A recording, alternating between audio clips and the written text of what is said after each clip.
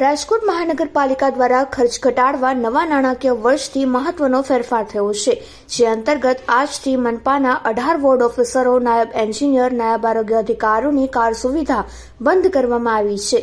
ચાલુ નાણાકીય વર્ષના બજેટમાં સ્ટેન્ડિંગ કમિટી ચેરમેને કાર દરખાસ્તને મૂકી હતી, જે મુજબ 18 વોર્ડમાં કુલ 18 ગાડી અને 3 નાયબ આરોગ્ય અધિકારીઓની ગાડી એમ કુલ 21 કાર બંધ કરી દેવામાં આવી છે. અધિકારીઓની કારની સુવિધા બંધ થતાં મનપાને લાખો રૂપિયાની બચત થશે.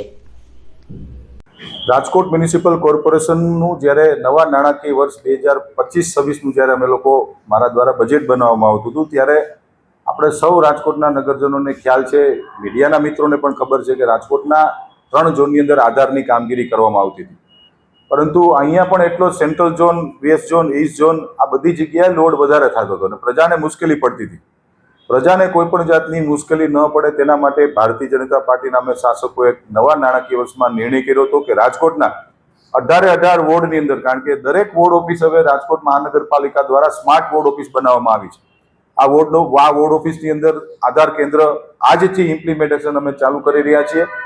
રાજકોટના કોઈ પણ શહેરીજનોને મારી વિનંતી છે કે તમારે આધાર કાર્ડની કોઈ પણ કામગીરી કરવાની હોય ત્યારે તમે કોઈ પણ ઝોનમાં ન જતા આપણા ઘરની બાજુમાં રાજકોટ મ્યુનિસિપલ કોર્પોરેશનની જે વોર્ડ ઓફિસ છે, આ વોર્ડ ઓફિસની અંદર આધારની કામગીરી આજથી અમે લોકો શરૂ કરી રહ્યા છીએ. દરેક વોર્ડમાં 3 વોર્ડ ઓફિસ હોય છે. અહીં આજે રાજકોટ મ્યુનિસિપલ કોર્પોરેશનમાં આજથી અમે લોકો પ્રેસ આઉટ પણ કરીએ છીએ.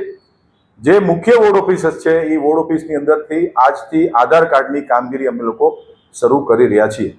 સર, જે મશીન મૂકવામાં આવ્યા છે આધાર કાર્ડના, એ સેન્ટ્રલ ઝોન કે અન્ય ઝોનમાંથી મૂકવામાં આવ્યા છે, તો અહીંયા આવતા લોકોને હાલાકી નહીં પડે? બિલકુલ આખી વ્યવસ્થા જ નવું સેટઅપ ઊભું કરવામાં આવ્યું છે.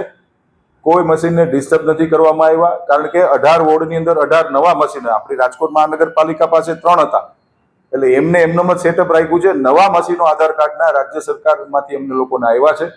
અને જે બજેટની જે યોજના હતી, રાજકોટ મહાનગરપાલિકાએ જે બજેટ બનાવ્યું હતું અને એની જે સ્ટેન્ડિંગ કમિટીની યોજના હતી, એ મુજબ આજથી રાજકોટના 18 વોર્ડની અંદર આધારનું સેટઅપ કોઈ પ્રજાને મુશ્કેલી ન પડે એના માટે આજથી શુભારંભ થઈ રહ્યો છે.